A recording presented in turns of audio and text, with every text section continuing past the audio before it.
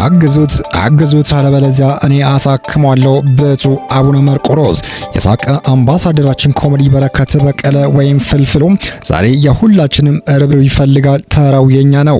በመላው ሀገሪቱ በፈጠሯቸው የማይረሱ የጥበብ ስራዎቹ የሳቅና የደስታ ምንጭ ሆኖ የቆየው ተወዳጅ ኮሜዲ ፍልፍሉ ባጋጠመው ድንገተኛ የስትሮክ የጤና እክል ምክንያትም የሁላችንም ጸሎትና ገንዘብ ይሻልም።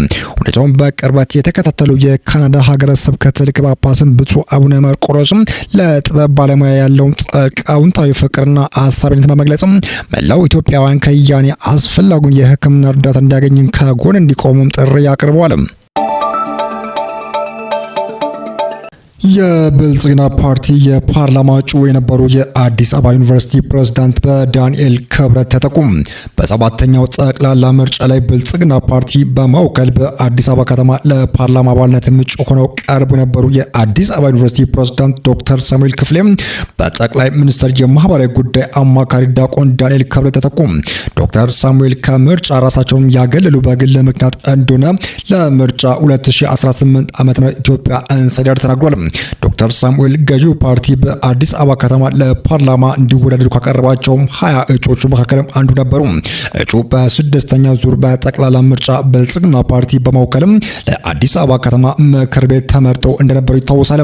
ብልጽግና ፓርቲ ባለፈው መጋቢት ወር መጀመሪያ ይፋ ባደረገው የእጩዎቹ ዝርዝር ውስጥ ዶክተር ሳሙኤል ፓርቲውን በመወከል በአራዳ ክፍለ ከተማ በሚገኘው ምርጫ ክልል 2 እና 14 ለፓርላማ እንደሚወዳደሩ አሳውቆ ነበር።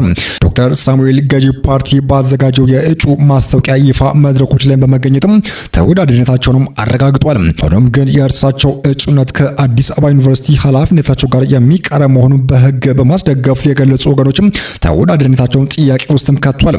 እነዚህ ወገኖች የሚጠቅሱትም ድንጋጌ የራስ ገዝ ዩኒቨርሲቲዎችም ለመደንገግ በ2016 ዓ.ም በወጣው አዋጅ ላይ የተካተተ ነው ሲሉም ተናግሯል። ጠቅላይ ሚኒስትር ቢንያሚን ኔታንያሁ ካጋጠማቸው የካንሰር ህመም ነፃ መሆናቸውን ማሳውቋል። የእስራኤሉ ጠቅላይ ሚኒስትር ቢንያሚን ኔታንያሁ በአፍላ ደረጃ ላይ የሚገኝ የፕሮስቴት ካንሰር ህመም ገጥሟቸው እንደነበረ ገልጸው ባደረጉትም ሕክምና ከበሽታ ነፃ መሆናቸው የሚገልጽ ሰርተፍኬት እንደተሰጣቸውም ይፋ አድርጓል። ጽሕፈት ቤታቸውም ዛሬ በአሰራጩ የሕክምና ሪፖርታቸው የጠቅላይ ሚኒስትሩ ህመም በተመለከተ ሲገለጽ የመጀመሪያ ጊዜ ነው ሲሉም ተናግሯል። በሪፖርቱ እንደተገለጸውም በጅምር ላይ የነበረ ይህም የፕሮስቴት ካንሰር ህመም እንደገጠማቸው ካሳውቁ በኋላ በዲሰምበር ወር 2024 ቀዶ ጥገና የተደረገላቸው ሲሆንም ይህም በተሳካ ሁኔታ ተከናውኗል። ይህም ተከትሎ ለተከታታይነት ያለው የኤምአር ክትትል ተደርጎላቸው ከበሽታው ነፃ መሆናቸውን አረጋግጠዋል።